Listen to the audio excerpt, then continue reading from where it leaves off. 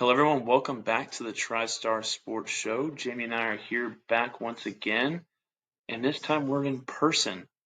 We're on episode 15. This is weird. Um, we got our NFL preview. When you're listening to this, it should be Friday morning, unless you're a fake fan and are listening kind of late to our episode. Sorry, What the heck? it's on you. But Jamie, what does it look like from our last week's standings and Yeah, so last week we actually both had quietly really good weeks, uh, like collectively and individually. I went 12-2, bringing my total up to my overall up to 50 and 42 on the season, and you went 10-4, bringing your overall up to 53 and 39. I believe. I don't want to look too far into it, but I'm almost positive that's the best week that I've had, and I think it's close to the best week you've had. I think you've had a couple 11 win weeks, but solid week from both of us. If any of y'all tailed us or anything in the betting world, you probably had a pretty good week. yeah, I mean, I'll take a 10-4 week Right. any week. That's nice. And you said, wait, what was my total at now? 53 and 39. You're Oh well wow, above well wow. above Okay, 500. good for me. You're Yeah. you're catching up though. You Yeah. are. 3 games behind. So if we want to just go through, if you want to start bringing up some of the For sure. slate from last week. Yeah, so I'll start it off on Thursday night where my Niners took care of business against the Seahawks in Seattle, mind you. I don't know what all that home of the 12th man's all about, but we didn't have any problem over there. I still wish that we could close out games without it being, or with it being a little bit less sweaty. I was definitely a little nervous there in the second half, but I mean, yeah, at the end of the day, we went in there, got a huge win on the road in our division. We're actually number one in our division now, even though we're just barely 500, excuse me. But big game this week, so that was a good building block or a good game to build off of going into this week. I mean, yeah, good win for the Niners. We both called it, and then yeah, I still don't know what's going on with y'all as far as the not just stepping on the opponent's throat when you can kind of thing. Um, I don't know. Gino now is number one in the league in passing yards, which is a kind of a wild stat to think about. Purdy's too. Purdy's too. So yeah, I mean, you have the number one, number two quarterback in the NFL. Hey, We'll say that very likely or very lightly. Um, the Brock can be in that conversation. Gino cannot. hey, all I'm saying is Brock does lead the league in air yards as well. So for all the check down merchant people, I think that narrative is pretty dead. I don't know who has ever called him that. Definitely. Yak merchant, whatever you want to say. System quarterback is leading the league in air yards. So yeah, we started off that one with a win. Luckily for you, your team knows how to win more games than my team, which we'll get to here in a second. Barely. Yeah. So next we got the Jags the Jags versus the Bears in London. So it's I guess the Jags like pseudo home is London. Now this is one of the games that I got wrong this week where I thought the Jags were gonna win in their home away from home and they didn't get it done. Caleb Williams looked like it was a statement game for him, especially in a game in London where typically you don't see like super stellar passing stats from quarterbacks. Normally it's kind of like a dirty run game, ugly game. A lot of teams that don't go over there a lot have pretty bad jet lag and just everyone kind of looks off when they play in London, but the Bears did not. They're firing on all cylinders and if he builds, they have a bye week this week, but if he builds off of how he did last week, he might make the rookie of the year conversation a little bit more interesting than we initially thought it was going to be. Yeah, it might be time to start painting our fingernails. You know what I'm saying? He's gotten better and better and better every single week. I mean, obviously, Jaden Daniels, we know his side of the story as far as rookie of the year goes. I'd still say he's the front runner right now. Probably. But one bad because Jaden really hasn't had a bad game. Caleb has had games where he put up yards, but not necessarily any touchdowns. I think this one, what was it, 4 touchdowns? He threw four, something like that. 400 yards.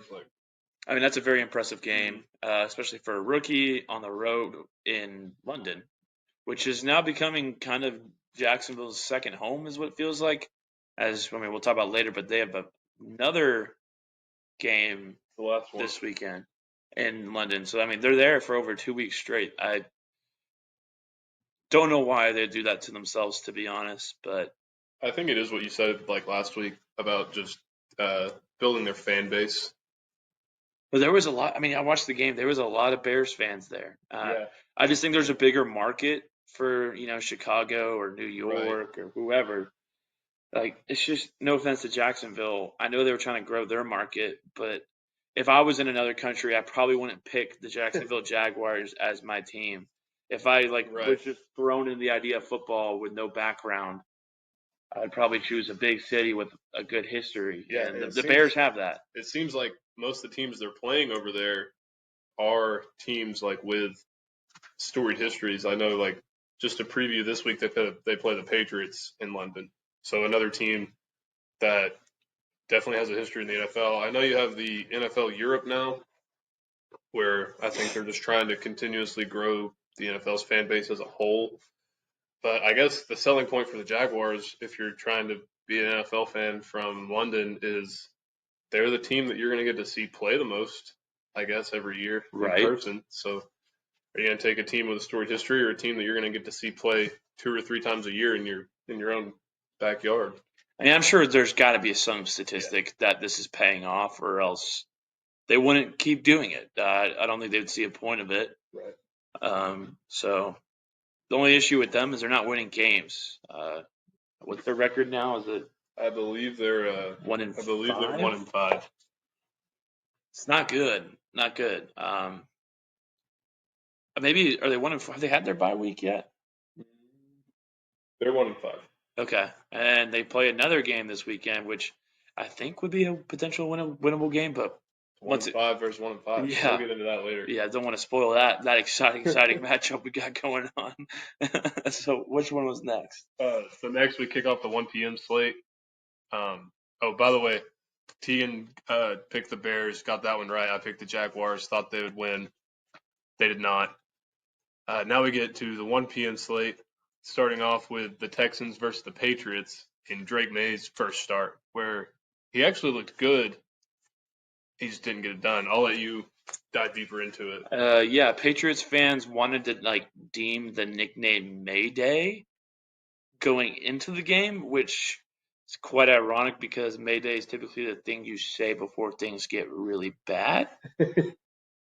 Not saying his career is going to be bad, but they probably should work on a different nickname, in my opinion, for one.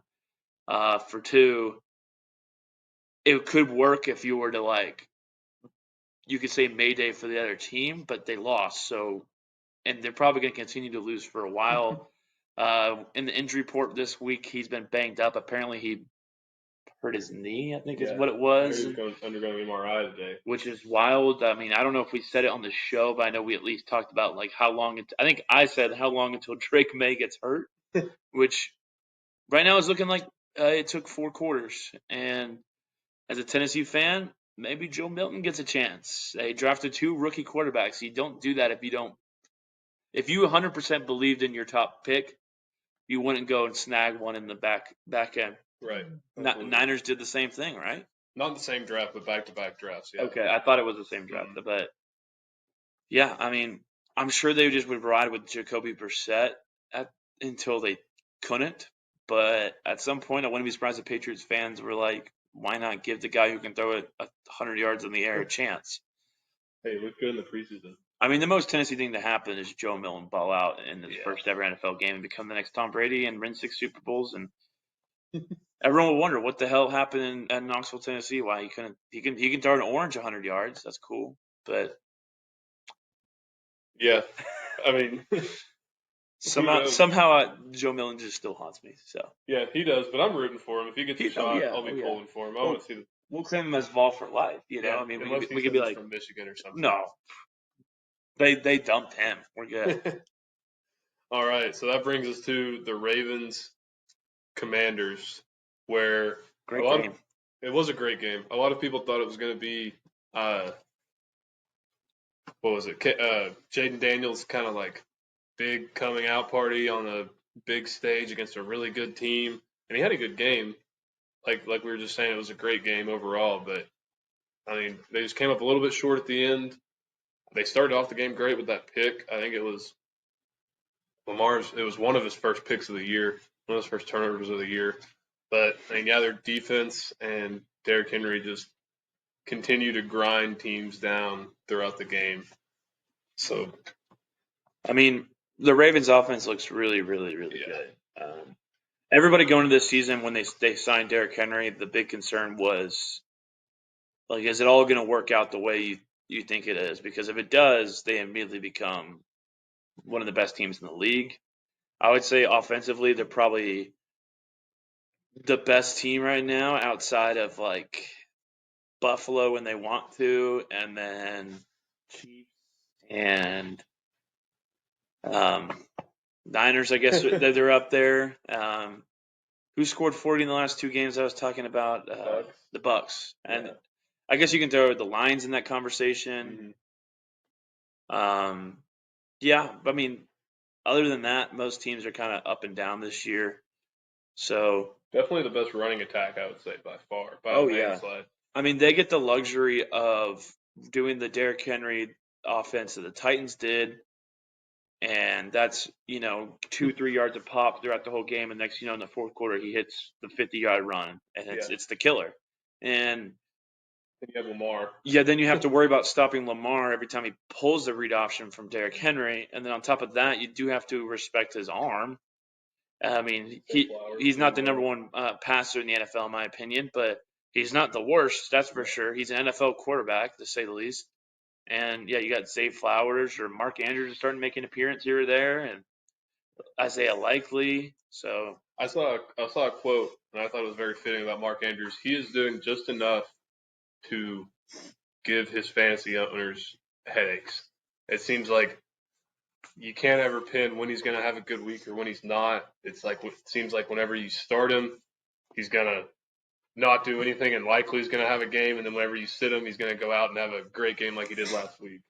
But yeah, he's done enough not to drop him too. Oh, so yeah, exactly. So you can't do that either.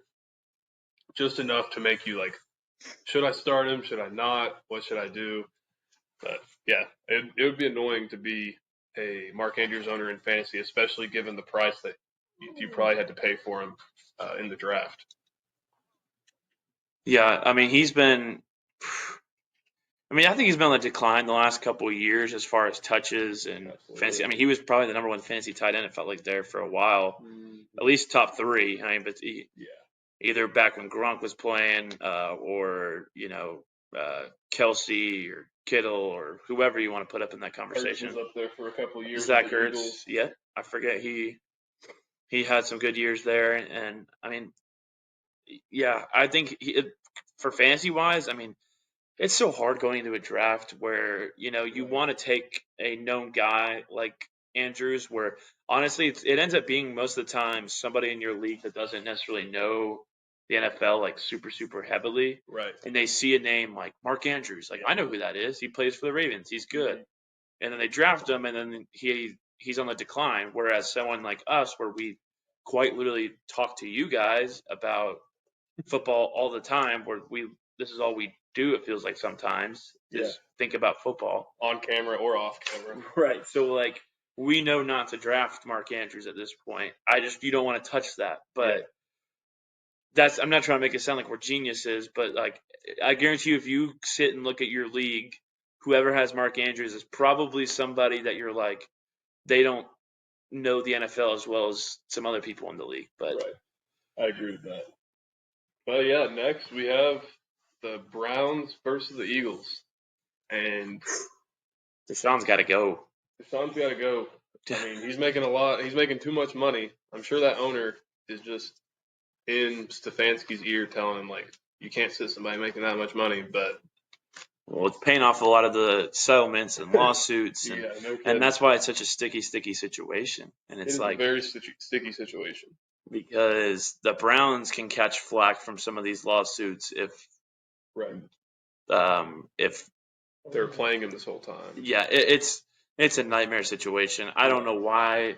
I guess they had to take the chance on him. Somebody was going to take the chance on him when he was leaving the Texans.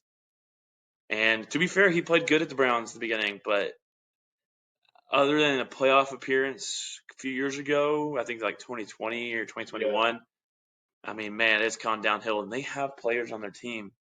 I know Nick Chubb can't stay healthy, but Hey, he's back this week. is he officially? I think he's been practicing this week. Okay. So, and I know that Jerome Ford also got hurt, so they might not. I heard that they wanted to potentially bring him back slowly, and now they might not have that luxury. I have to rip the Band-Aid off. Yeah. I don't know how that's going to work out. Definitely frustrating if you're a Browns fan. It's also frustrating if you're an Eagles fan in this game, though, because it wasn't as commanding of a win as I guess Eagles fans probably would have hoped. I know that Sirianni was getting into it with some fans. I mean, Eagles are just trashy, man. I think he's got to go. To be honest, I think to be able, and this goes for any professional sport or collegiate sport, to be a coach in the city or player in the city of Philadelphia, you got to have a backbone. And if you let the fans get to you, it's only going to make things worse. Absolutely. And, I mean, you were yelling at your own fans in your home stadium. Yeah, they were booing at you, but have you seen the performance of your team? Right. I mean, like, it kind of, you were in the Super Bowl in 2022? Yeah, 2 years ago. I mean, we're 1.25 years out from you being in the Super Bowl, and you're fighting to be 500 right now. Obviously, A.J. Brown's been down, Devontae Smith, but you got A.J. Brown back this game. Yep. I'm pretty sure Devontae Smith played. I think they both did. They were coming off a bye. And A.J. Brown, I think, actually kind of popped off a little bit, which is good for them. But their defense is, I hate to say it, but kind of trash. It's pretty bad. And they got to clean that up because they have so much young talent on that defensive side. I mean, everyone jokes and calls it the Georgia Eagles, or the Philadelphia Bulldogs, whatever you want to call it. And it's not really paying off right now, that's for sure. It looks like their Super Bowl window is closing and closing fast. Yeah, I don't even know if it's open anymore. It could be Kelsey gone. We don't. I mean, like that was a leader on that team. So a big leader and a big factor in the old tush push, which hasn't been as effective this year, or at least I haven't seen it be as effective this year. But yeah, one more thing I just remembered about the Browns situation. Worst part about it all is Deshaun was the first quarterback to get that full guaranteed contract. So it's not like any of that money. Nope. They're giving him every penny that he signed for. And it's a lot of pennies. Yeah. There's a lot of pennies. You can do the math on that. I don't remember what the total was. I don't know. A lot. At the minimum, 300 million, I'm sure. I think he set the market when he got it. Yeah. So, which one of my favorite podcasts I listen to is Part of My Take by Barstool, and they always joke around and they always say, they're like, they always talk about, is a player a better person or a better player on the field? And with Deshaun Watson, they can't. They always are stumped. They don't know what to say if he's a better football player or a better person. Because I think you got to say he's a better football player in the NFL, which is wild because he's probably outside of Will Levis. Sorry, Will Levis. He's probably the worst quarterback in the NFL right now. I saw him there was some EPA stat. I don't even know what that stands for, but he set the record for worst ever. I think through this point in the season, worst. There was Jamarcus Russell was in that category, and he was worse than that. So the Browns are in the dog days of. He's a con artist. Fall. He scammed him. Before you know it, the Browns fans are going to start putting brown bags on their heads again. I feel so bad. They were on such the up and up, and it's tanking. There's a lot of Browns fans, I'm sure, that are thinking that right now. So yeah, no kidding. All right, So that brings us to the Cardinals-Packers game. And I just want to say shout out to the Packers. Thank you for getting it done and letting us retake the top of our division.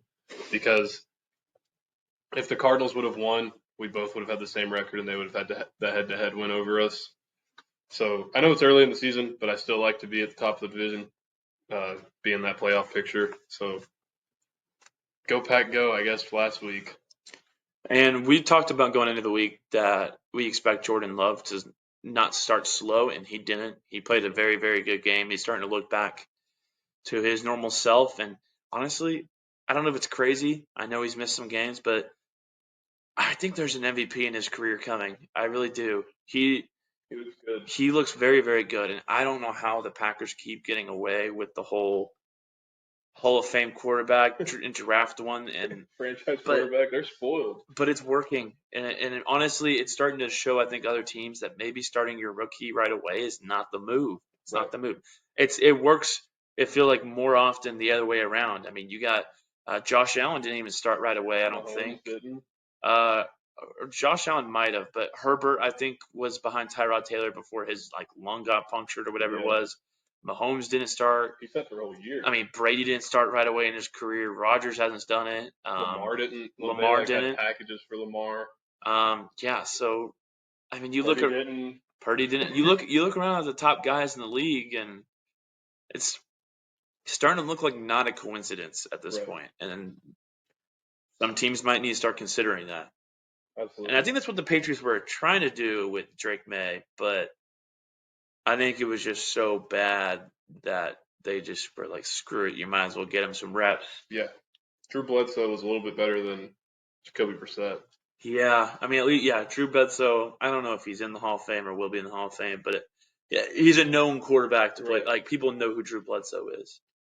They also didn't spend a first-round pick on Tom Brady, so they weren't as pressured. That's also true. But anyways, Bucs Saints.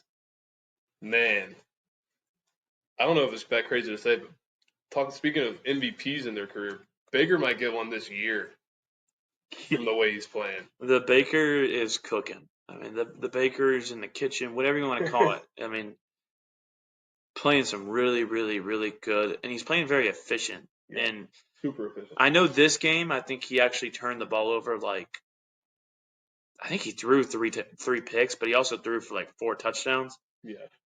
So it kind of outweighs. I mean, they got the win. They got up big in this game early. They got up 17-0, and then the Saints and Spencer Rattler actually came back, made it a game. I don't know what the final score was, but it was closer than probably the Bucs wanted, but they won a divisional game. Rattler didn't look bad, I will say that. So if Derek Carr is still banged up, I think they might ride with him a little longer. They are this week. We'll talk about that later. But, yeah, I think as of now, Rattler's the guy going forward. I think they're going to let Carr get a full recovery. But, yeah, complete and total domination from the Bucs this week. They did get up early, and I know I think I said last week or a couple weeks ago that the worst part of their offense was their run game, which it has been. Rachaad White has not looked good. Bucky Irving's shown flashes. But then last week they had a guy by the name of Sean Tucker come in the second half whenever they were already up, just letting their third string get some reps. Had 192 total yards in the second half. I mean, I'm not saying he's going to do that every week, but he definitely earned himself some more carries going forward, which honestly, from the fantasy's perspective, probably just makes the Bucs backfield as a whole even worse if they're going to ride 3 guys. Yeah, it's becoming a stable. And right. It's not the best stable in the league, but it's collectively the 3 of them together equals one really good running back. Is what it feels like. And you don't need the best running game whenever you have Godwin and Mike Evans on the outside. The consistency of Mike Evans and Chris Godwin need to be studied because when have they been bad in their career? Mike Evans especially. I mean, he's had 1,000 yards in every season since he's entered the NFL. Yeah. That is one of the craziest stats. And honestly, probably doesn't get talked about enough. He's probably the most forgotten receiver in the NFL, it seems like. Right. But just it's bad team. It's Hall of Fame numbers. He'll be in the Hall of Fame. And I mean, he played with so many guys. I mean, he played with Jameis Winston. I think is where he. Yeah. I don't know if that's who he started with. I don't know because It would have been close because he came out of the league Manziel is quarterback in college. Yeah, he was catching. He's caught touchdown passes from these names, just a wide variety of names. You go from Johnny Manziel to Jameis Winston. You got Tom Brady, Baker Mayfield, some college legends. I mean, minus Tom Brady, but he had a pretty decent career in the NFL. And then, gosh, I think they've thrown some other names out there throughout the time. I don't know I'm sure maybe he's caught one from him. Ryan Fitzpatrick might have been in there at some point. Man, I don't know, but he's been the glue to that team for so long. Oh, yeah. I mean, I guess he has a ring. I kind of forget that he has a ring. Yeah, so do I, actually. You kind of forget that Bucs team won that championship, to be honest. I don't know if that was just because it was right before COVID and we all just kind of like. Hey, they're still the only team that's beaten the Chiefs in the Super Bowl, so you gotta give them their flowers. I mean, if it wasn't for them, Mahomes would be on a 4-peat already. Or no, there was a year with the Rams and Bengals. 4 or 5, I think, in his career would be. Yeah, but they'd be 4-4 in the Super Bowl. Yeah, which is crazy in and of itself. Yeah, and so yikes. Yeah, yikes for sure. Well, all right, Tegan. Time to talk about your favorite team, and I guess the segment's back this week. Oh, the tantrums are back. The tantrums are so back. You know, you got Flacco'd. Oh, we got more than Flacco. We got Will Levis again. We got. I mean that quarterback, man. He. He threw one touchdown pass and started throwing up the Spider-Man, and he threw for 72 yards that day.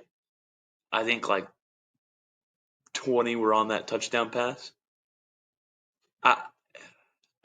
We had a new right tackle in there, and he had like 3 false starts and a hold. Not much to say other than like season's a wrap. We're kind of done. We're screwed. We're 1-4. Unless you went on a really impressive win streak to get you going. But today, all the reports at practice were players saying how bad of a practice it was. Probably shouldn't be telling the media that. That's not helping anyone's feelings. And I don't know what to even say. The defense did okay. I mean, like, other than a splash play here or there, they really held their own. We only gave up 20 points, and the offense just isn't it. I mean, I don't know if it's a Callahan issue, a Will Levis issue. Ridley's looks like he's ready to go out the door at this point. I mean, he's mad, and he was mad that he didn't get enough first half targets, but he got 8 targets in the whole game and didn't catch a ball. Like, half of that's on him, half of that's on Will Levis. Yeah.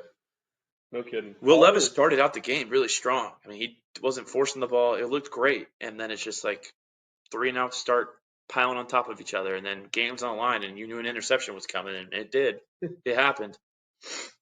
I'd say Pollard was the best out of your whole offense. Yeah, I mean, the running game's been fine. Yeah, but it's just you get down and can't run the ball anymore whenever you're down. I don't know. I guess going forward, you have to rely more on Pollard and Spears to just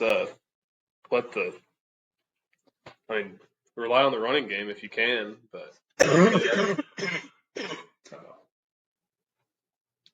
But yeah, I don't know what to do with the Titans. I think we just need to move on for them talking about them.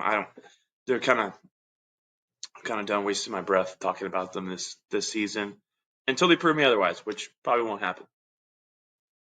But next game we got was, what was it? Chargers Broncos.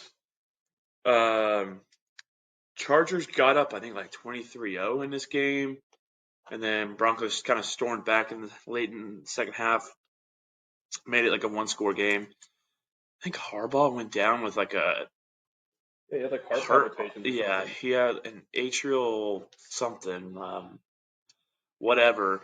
That's not good, but apparently he's had this in the past, so it was under control. I think he returned to the sideline in the game, I which think is he did. kind of wild.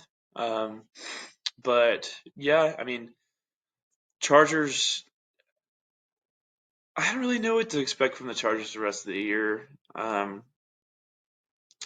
think good coaching is going to get them decently far, Yeah, I agree. but I still feel like they probably should give Herbert more weapons. I don't know what they're thinking as far as like why they're. I mean, his number one receiver is McCankey.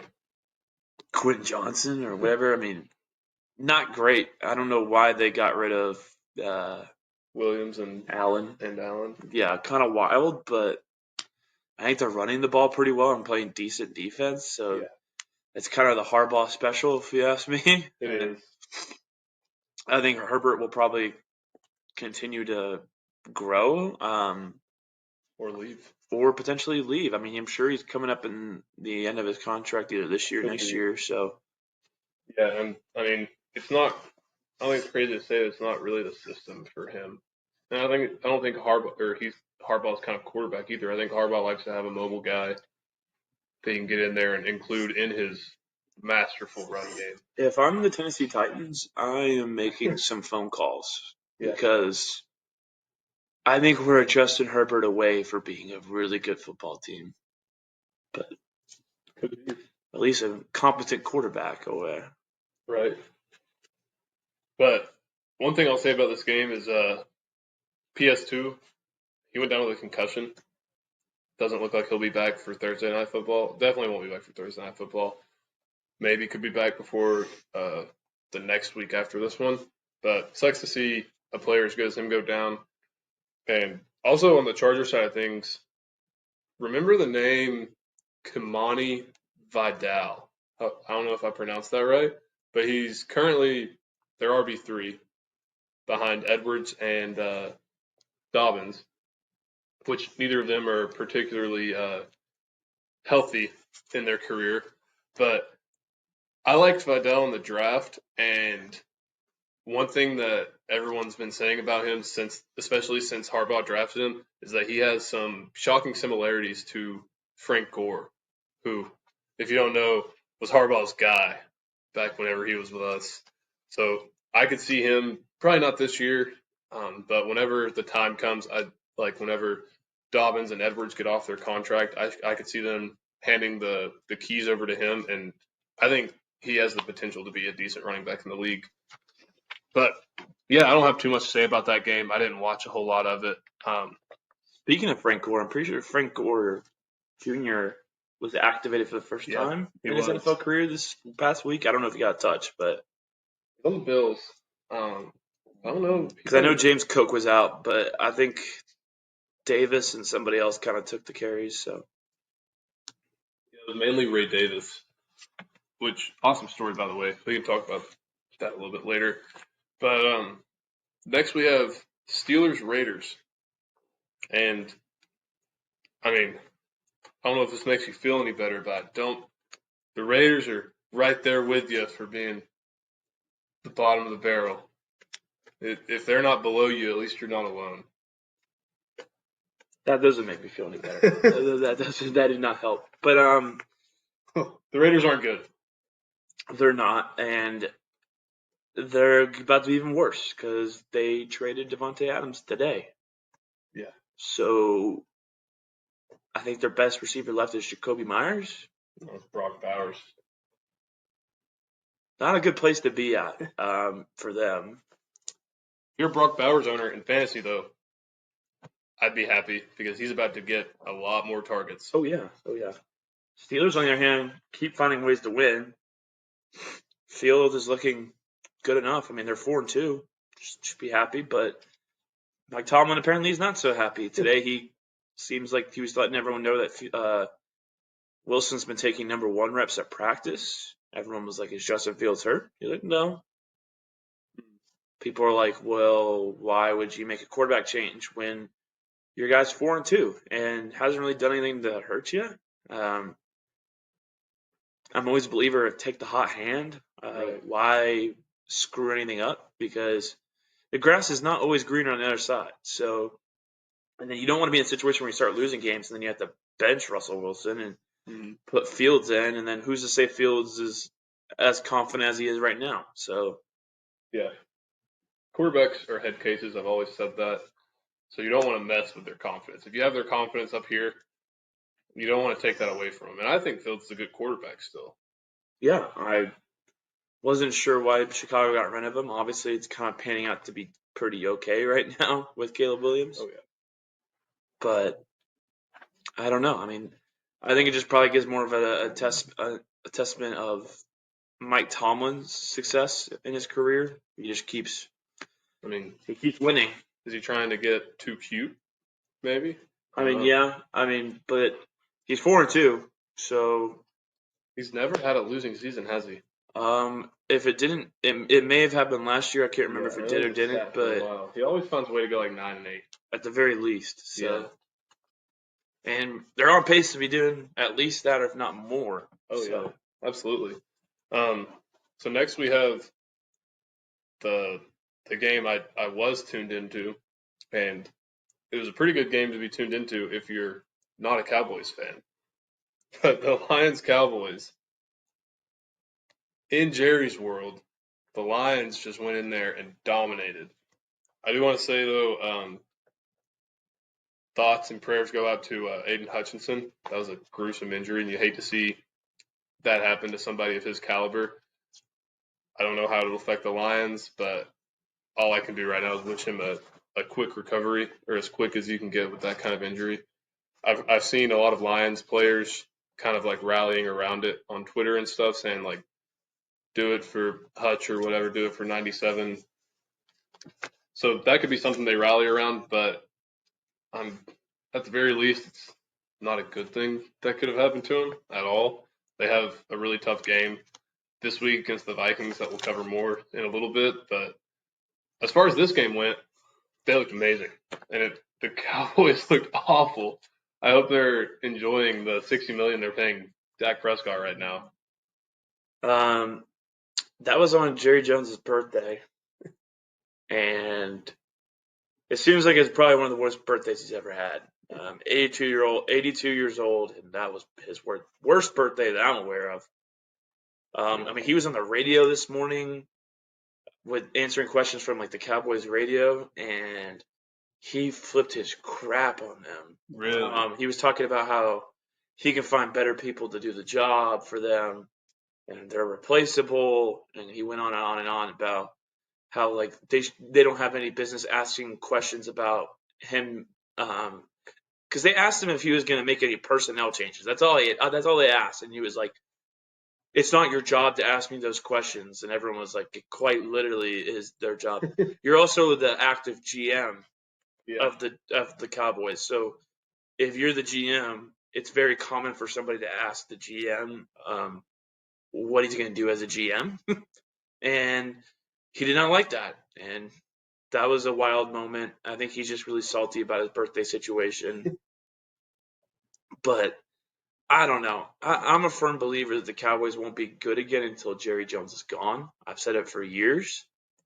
Obviously, he got them to the peak of football years and years and years ago.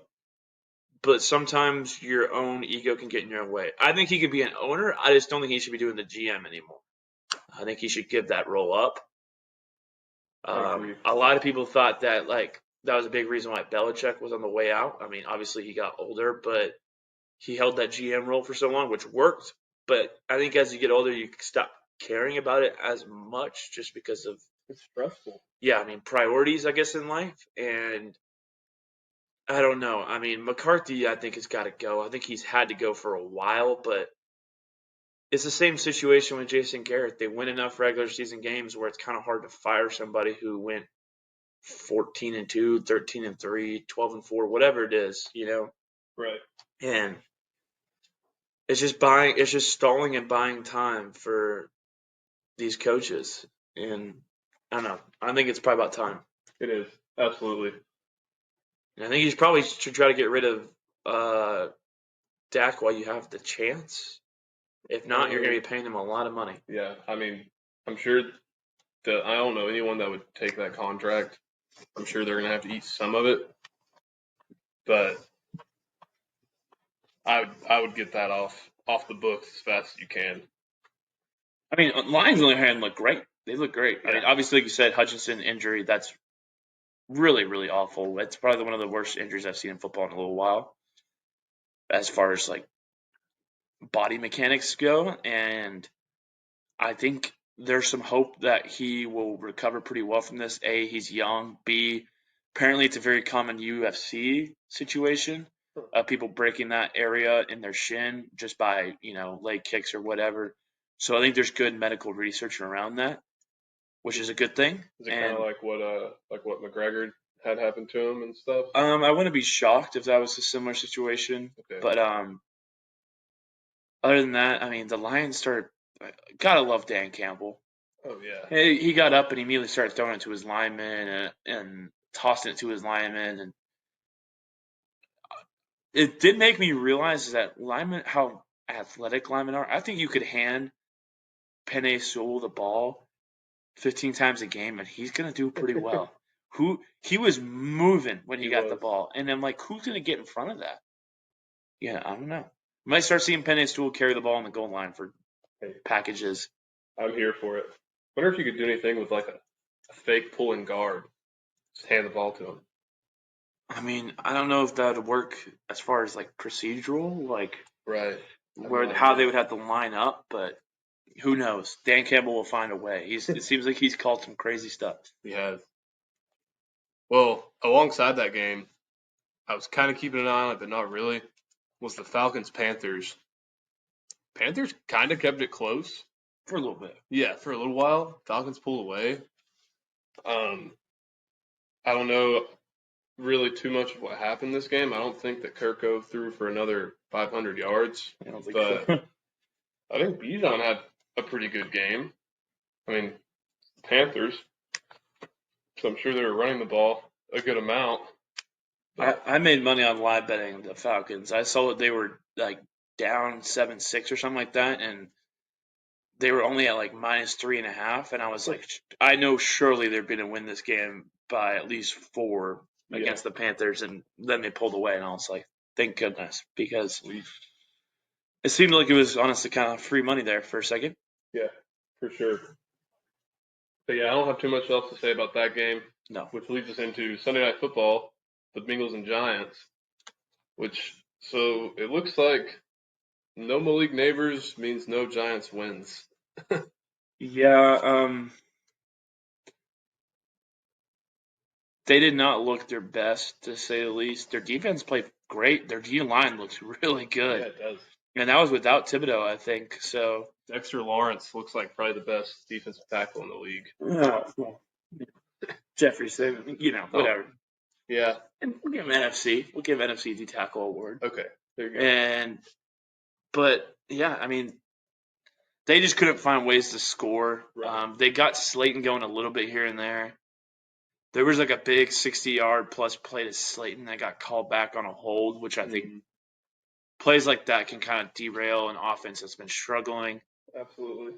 They desperately need Malik Neighbors back, which I'm sure he'll be back this week. I mean, probably. I was surprised to see him not back against the Bengals. I mean, concussions in the NFL, obviously you don't want to take it lightly, but you don't typically see guys sit out multiple games unless you have like a Tua type situation. Yeah.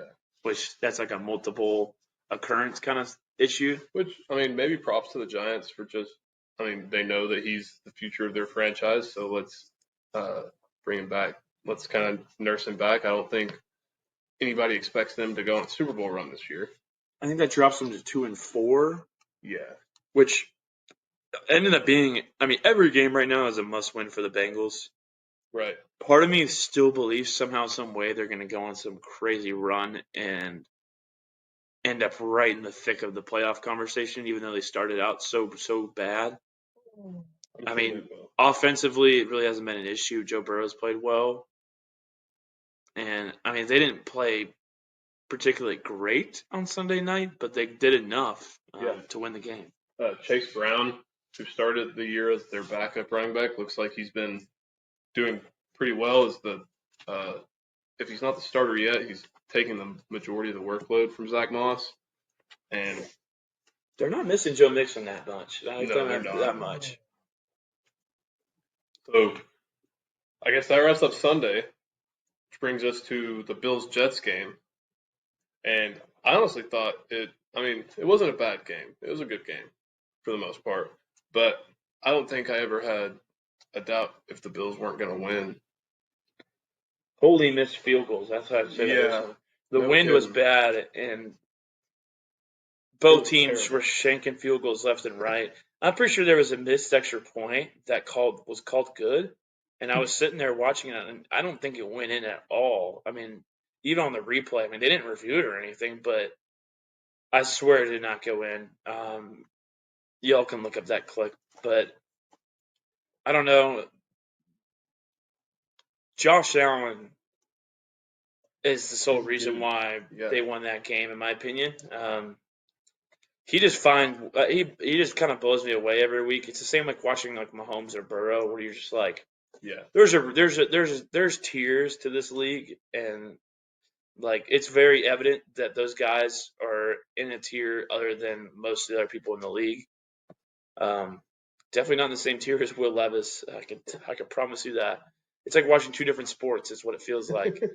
And I mean, there was a rollout right in his own end zone. He found Ray Davis like 50 yards downfield. Was like an excellent pass. And the rich get richer. They just signed or traded for Amari Cooper. And Josh Allen's, they haven't had a true wide receiver one this year. And I think that was a great trade. I think both the Devontae Adams trade and the Amari Cooper trade were great for that division. Absolutely. And I think personally that the Amari Cooper trade is more impactful. For sure. I think it makes the Bills scarier. Obviously, Devontae Adams is going to make the Jets better, but I don't really think offense is the issue. Their defense kind of struggled. And they got plenty of wide receiver weapons already. I don't know what Devontae Adams is going to fix. It's just he might just force it to him now. But it seems like Aaron's kind of been part of the issue. Yeah, he doesn't look the same as he has. I mean, obviously he had his vintage Hail Mary, but at the end of the day, that needs to be studied. I mean, yeah, I don't understand. Is it an Aaron Rodgers? I don't understand why it's an Aaron Rodgers thing. Anybody can throw it that far in the league. I mean, it's a 50-yard pass, 60-yard pass. I think what he does that's a little bit different is he puts a ton of air under the ball. Right. And it really just gives people time to adjust instead of like more of a line drive trajectory. Your guy, yeah. But Lazard made that play, but it still wasn't enough. Bills got the job done. They did. Well, all right. What do you say we get into Week 7? Works for me. Let's do it. So we start off the week with quite possibly, the worst Thursday night football game ever. You got marquee matchup, right? You got Bo Nix versus Spencer Rattler. Well, if you were telling me this was Oregon versus South Carolina a few years ago, I'd maybe get excited for it. Right? But, yeah, I don't know. Where is this game? It's in New Orleans. Well, that puts a wrench in my plan. But keep in mind that Olave is out with a concussion, and Patrick Surtain's out with a concussion. So it kind of cancels out. Right, it does. But one team's missing their number one receiver. The other team's missing their number one corner. So I'm going to have to go with the Broncos on the road. They've been more consistent than the Saints have been, and then now you add in the fact that they have Rattler, which we don't know what to expect in that situation. He played decent last week, but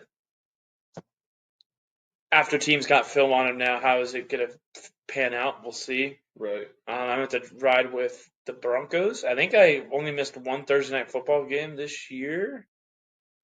I think you're right. And I think that was week 1 or something like that, or week 2. So it was the Dolphins game when Tua went down where we both missed it. So yeah, asterisk next to that. But right, for sure. I'm going to have to go Broncos. I'm going to take the Saints, mainly just because of Alvin Kamara. I mean, he's had a pretty good year. Fair.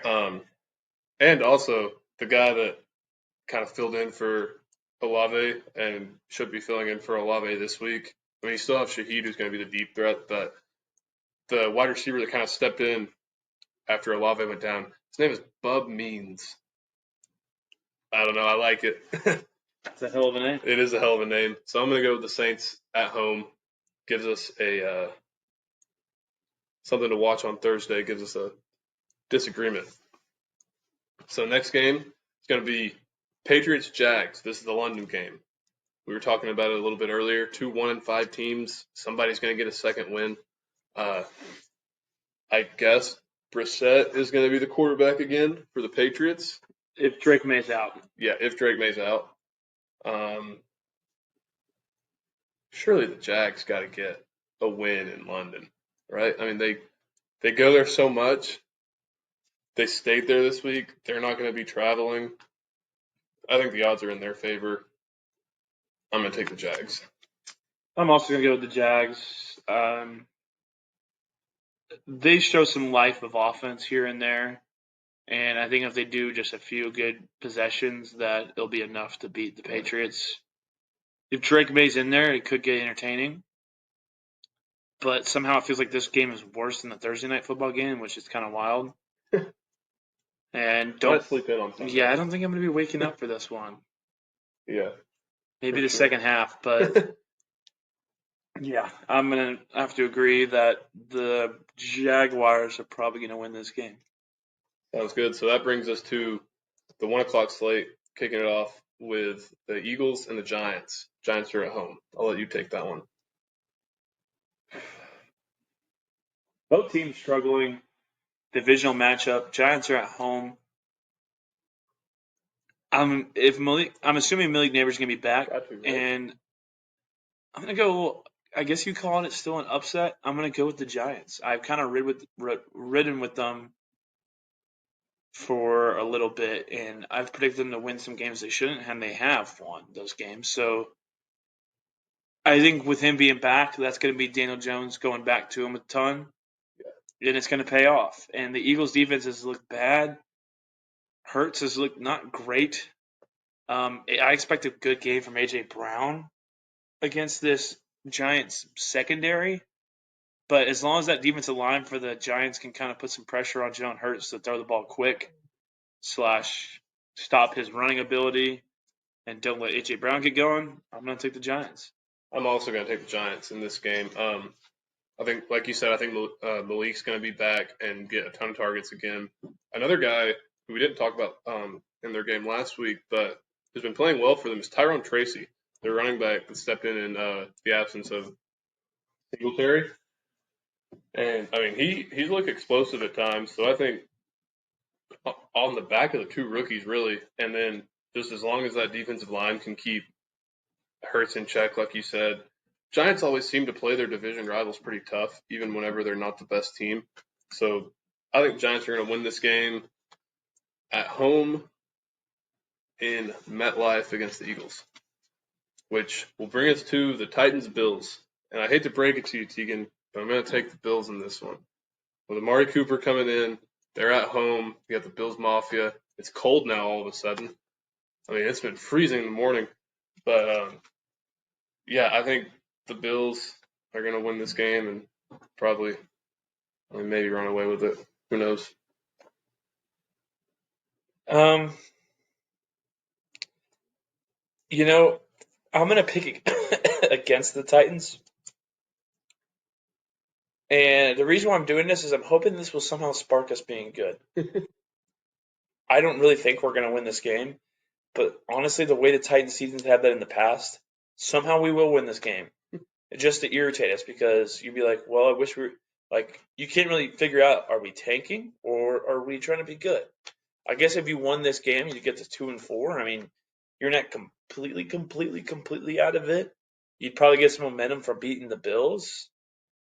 But it would make no logical sense for us to win this game, so I don't expect it to. But this is exactly where I wouldn't be shocked if we won this. But for betting sake and for this sake, I'd rather pick the Bills. And if the Bills win, I get the win. And if the Titans win, I'm not upset that the Titans won. So, You're hedging your emotions. and if all of a sudden we do win this game, I'm going to probably pick the Titans to lose for the rest of the season and see what happens. Sounds good. So, brings us to we got some good games on this 1 o'clock slate. You got Texans Packers next in Green Bay. This is going to be a good game. Two good quarterbacks playing against each other. Right now, the status of number one wide receiver for the Packers is unknown. Jaden Reed got banged up. We don't know. We're not quite sure what's going to happen with him, if he's going to play or not. But, I mean, Texans already know they're not going to have their number one receiver in Nico Collins, which last week I will say it looked like Tank Dell and Stephon Diggs coexisted just fine in the absence of Nico Collins. But I am going to take the Packers in this one to win at home. I think that Lambeau is one of those. We've talked about how home field advantage doesn't matter as much as it does in college in the NFL. I think Lambeau is one of the stadiums where it does matter. So, yeah, I'm going to take the Packers. I actually am going to 100% agree with that. Jordan Love is getting back to his normal self, playing good football. And I just think that it's Lambeau, and they're not going to lose at Lambeau. And for the most part, the Texans have looked good, but not great. They keep finding ways to win, and I think this is going to be a loss. And I think it's going to show everyone how legit the Packers might actually be in the hardest division in football right now. We didn't even mention that. It's a three-way tie at 4-2 in that division, and then the Bears don't look bad. They're 4-2. Oh, who's the fourth team in that division? And then the Vikings are number one, undefeated. Yeah, that's a wild, wild division. Yeah, for sure, the best division in the league right now. I mean, you have a real possibility of. Well, I don't even know if it's technically possible to have all four teams make the playoffs. It'd be kind of. It is now. It is, but it would be complicated because they all have to play each other, so people are going to have to start losing somehow. Right. They'd all have to split or something. If they all just agree to tie, then maybe we could see a NFC North playoffs. That'd be wild. But speaking of, we have another NFC North game, or this is actually an NFC North matchup. You have the Lions at Minnesota. I forget what their field's called. But yeah, Lions versus Vikings. This is gonna be a big game. I'm gonna say it right now. Actually, I'll let you go first because I went first last time, but I'm not gonna change my pick. I promise. I really think the Vikings are not going undefeated. I mean, maybe they'll prove me wrong. I think they're coming off a bye week, which kind of gives them an edge. But that also might have simmered down the hot streak a little bit. Being at home helps. I'm kind of really surprised they didn't flex this to like a Sunday night game or something like that. But Lions are playing really, really good on offense. I know Hutchinson's out. I'm expecting shootout, and it's gonna be an awesome, awesome game. A lot of points, a lot of passing yards, and I just think that with Aaron Jones being out for the Vikings, that's gonna hurt. I think Ty Chandler's probably their guy right now. Picked up Akers too. Yep, and I just think the doublehead monster with the Gibbs and Montgomery, and then the weapons they have on the outside, and then Laporte at tight end. And Goff has been extremely, extremely, extremely efficient. I know. I mean, Sam Darnold's played out of his mind. I just think shootout is going to go to the Lions. I'm going to agree with you. That's what I was going to say originally. I think all it takes for like a big story like Sam Darnold to kind of like cool off and maybe take a turn for the worse is like something like a bye week where he kind of has a break from throwing 4 touchdowns every week. I mean, Lions secondary looks good. I'm not saying they're going to stop Jay Jettis by any means, but they could probably slow him down. And like you were saying, the Lions running game is better than the Vikings running game. The Lions offensive line is best in the league by, I don't think it's close. And I mean, like you said, I don't see the Vikings going undefeated. So I'm going to take the Lions as well. On the road against the Minnesota Vikings, which will bring us to the Dirty Birds special. We got Seahawks at Falcons. This one's kind of tough.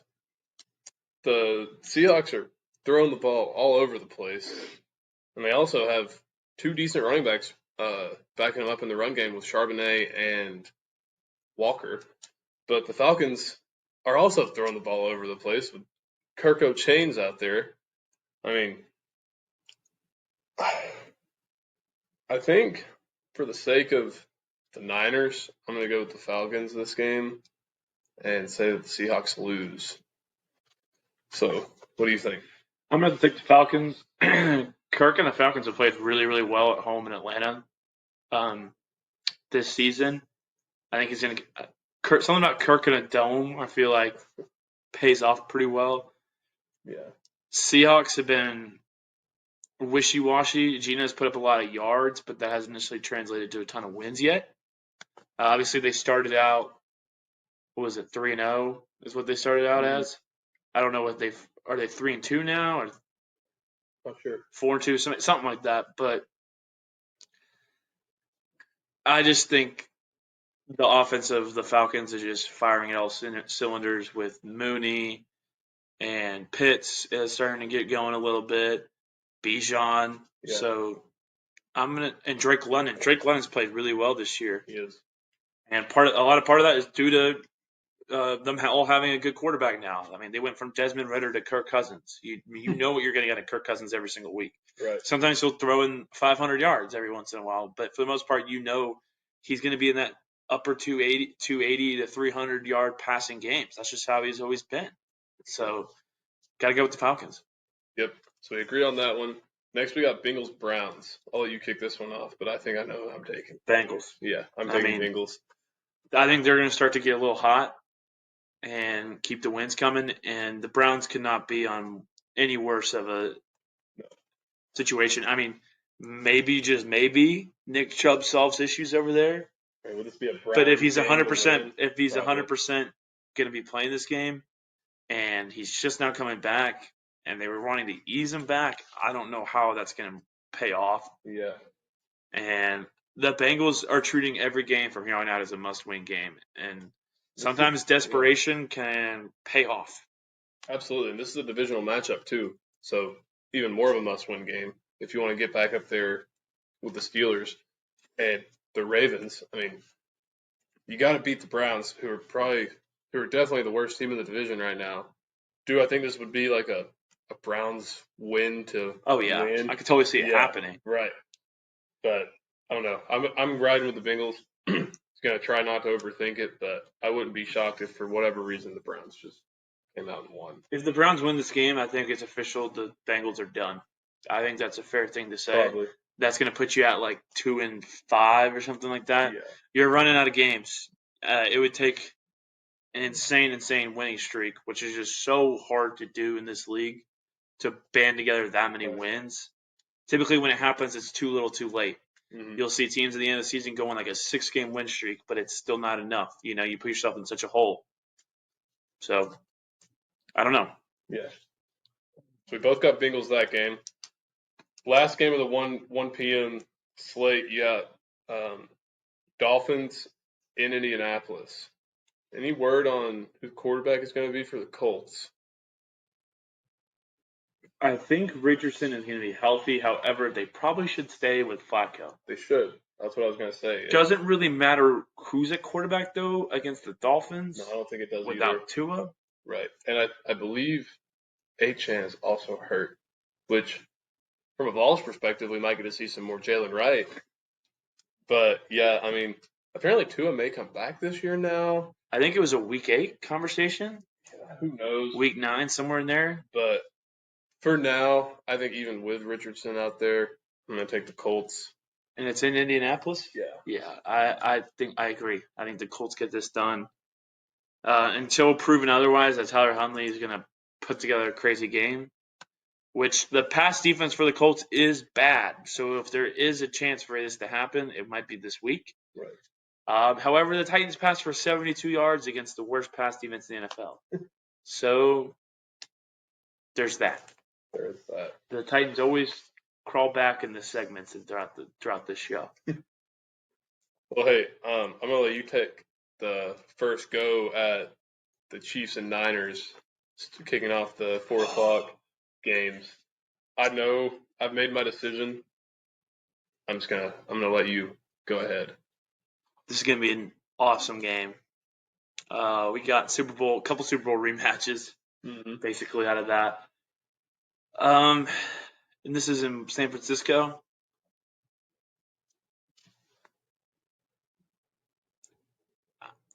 Going into this week, I was telling myself and telling him, I was like, I'm going to have to go with the Chiefs. However, that is shifting a little bit to I don't think the Chiefs are going undefeated. If there's a time to lose a game, it's probably now.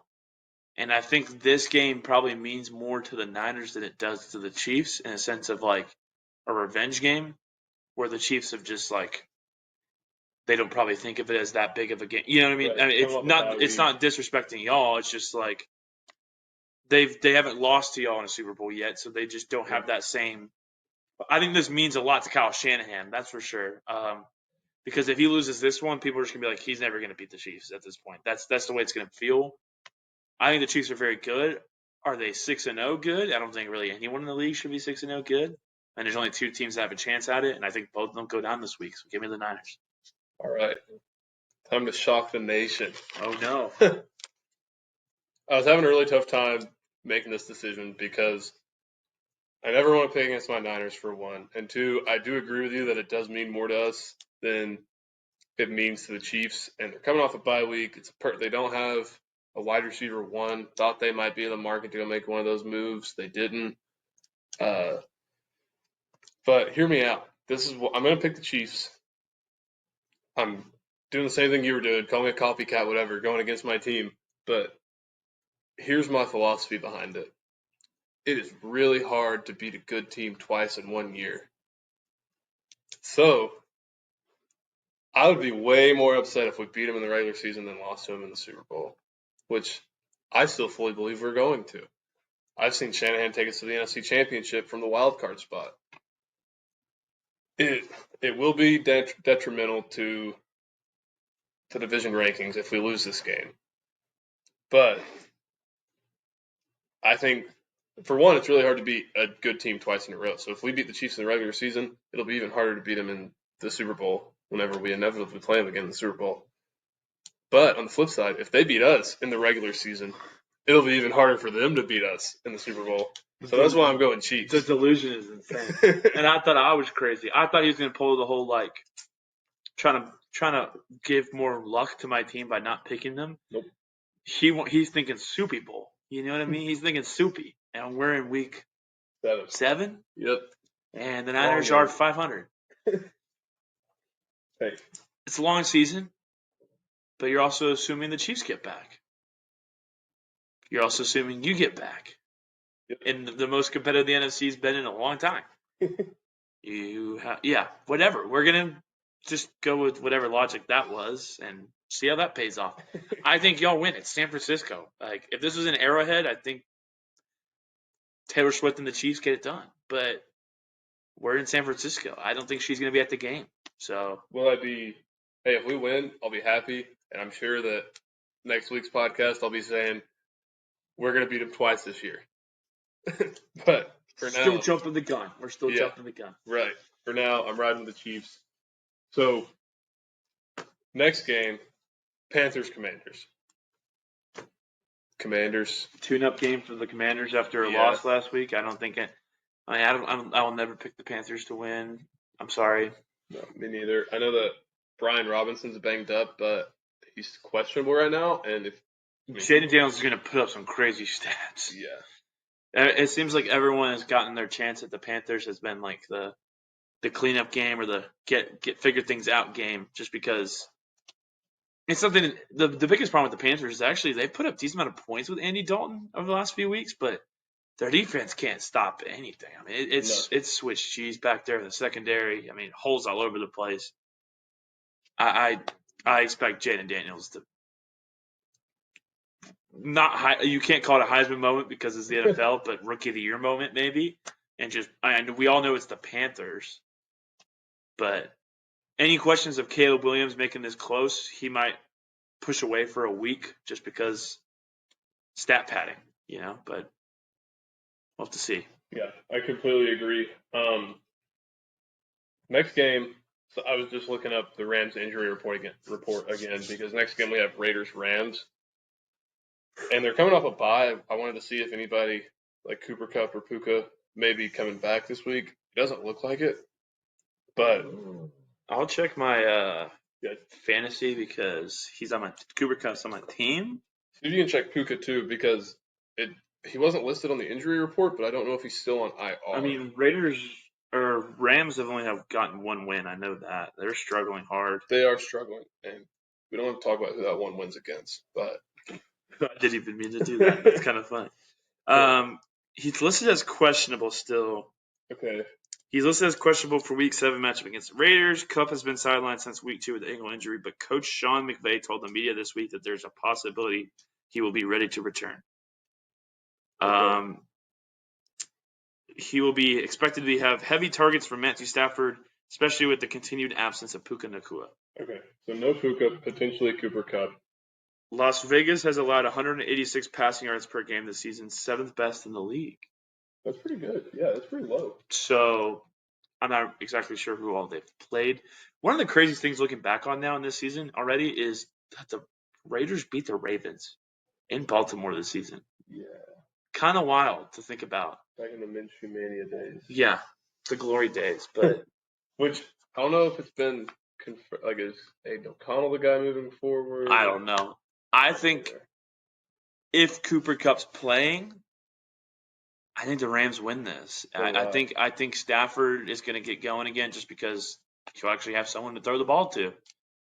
And Raiders just haven't showed any bit of consistency. There's been moments here or there, like I said, when they beat the Ravens or whatnot. It just kind of depends on how they feel like when they woke up that day. Yeah, but now they don't have Davante Adams.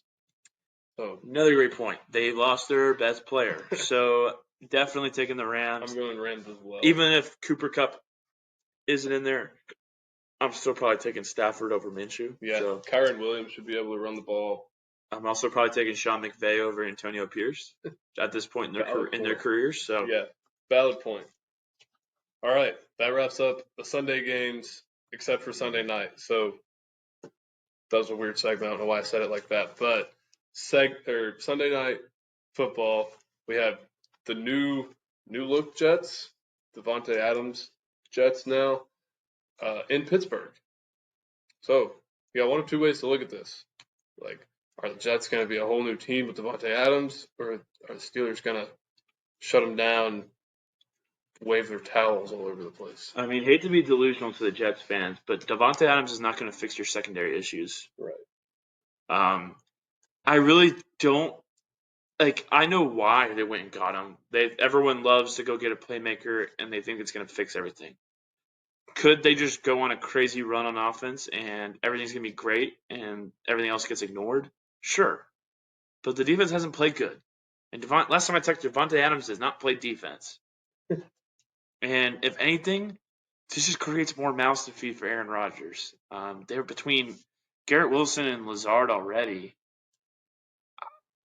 I don't know how much this is going to really help. Right off the bat, I was saying Steelers, but now I'm extra confused if Fields or Wilson is playing. I don't think Wilson is just going to come in and pop off all of a sudden. Like, ever since he's left Seattle, we haven't really seen it when he was at the Broncos. So I'm kind of in a coin flip in this one. If it's Justin Fields, I really feel like Steelers at home are going to win this game. But just because the narrative of the NFL and the script writers do their thing, Davante Adams and the Jets will probably win this game. Somehow, some way, Davante will probably get targeted 15 times and get 100-plus yards. So I'm going to have to go with the Jets. I want to pick the Steelers. I'd much rather see the Steelers win, to be quite frank with you. Yeah. But I just feel like somehow, some way, it's going to work out this week off of like a few days of practice. I mean, they've played together before, obviously. So I mean, I'm assuming he's going to be active on Sunday, right? I mean, Sure. he's been out with an injury, which we all knew was just him wanting to get out of there. But do they play him on like a 4-day practice schedule? I don't know. We'll have to see. I'm going to take the Jets too.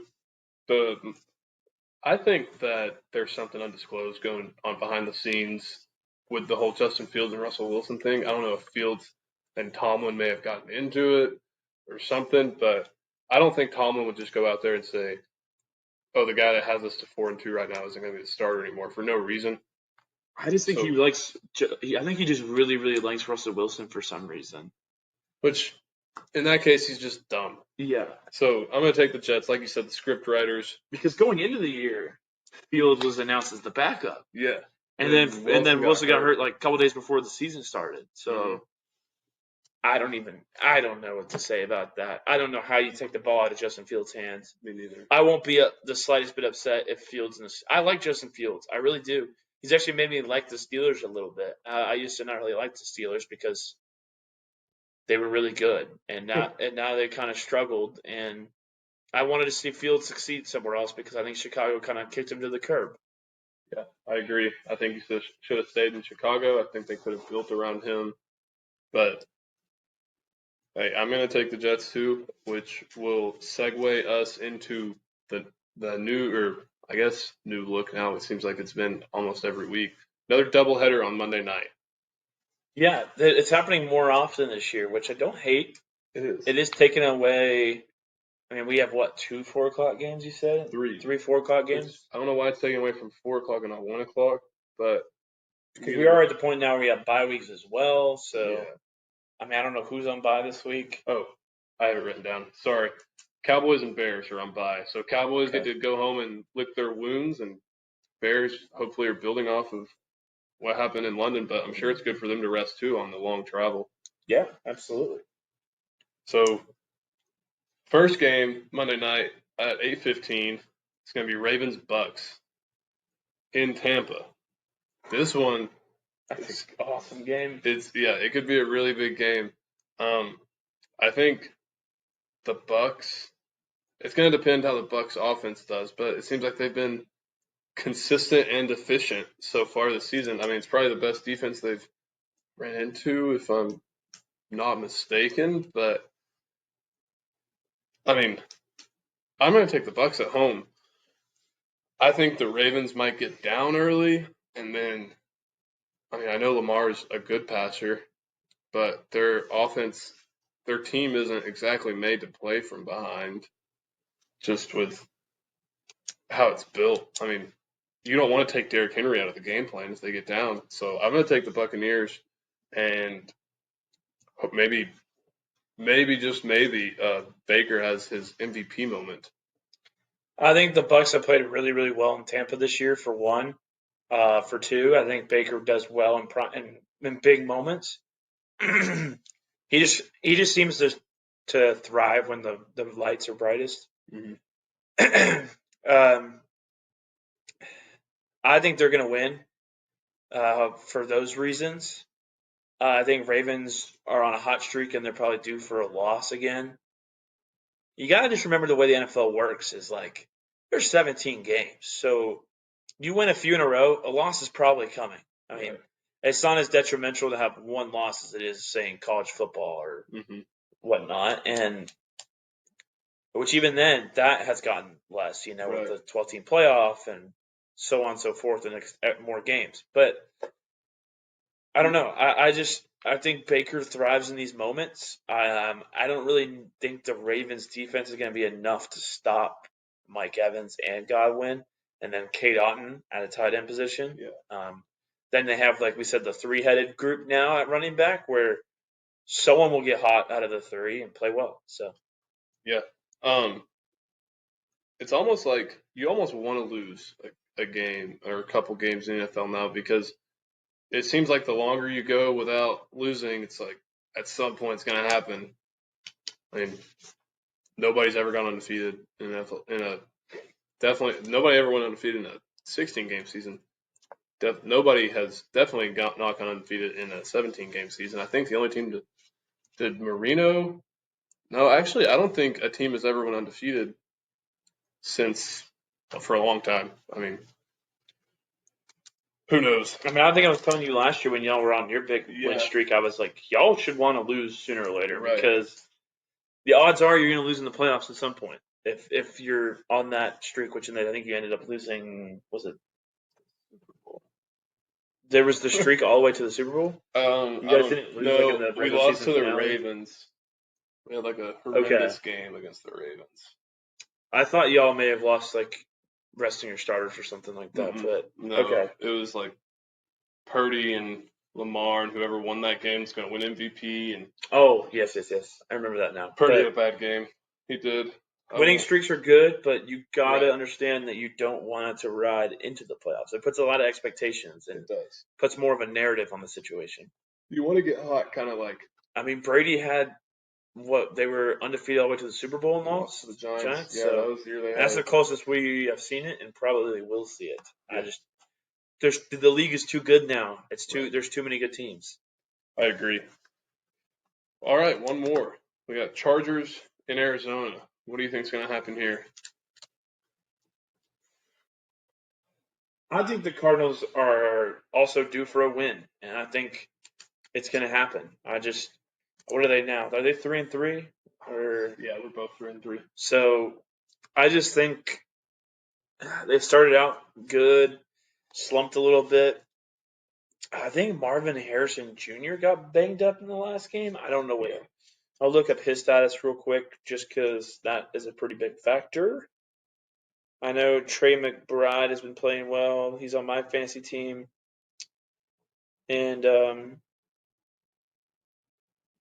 they're playing the Chargers. Chargers, they run the hardball system, run the ball, play good defense. I think it'll be an interesting game. I think it being in Arizona also gives a little help too. I know the Chargers don't exactly have a crazy good fan base. No, they don't. They should have stayed in San Diego.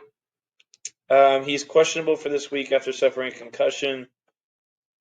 Harrison only played 8 snaps last week before he got hurt and failed to catch both of his targets. It's kind of up to the concussion protocol. I wouldn't be shocked if he's out. It seems like 2 weeks has been kind of the thing now. Yeah. I mean, I guess they have a long week, so maybe he has a better chance of playing. Because it's been like a week and a half, so that actually does increase chances. Either way, I'm going to go with Kyler Murray and the Cardinals. All right, and that brings me to I'm going to go with the Chargers because,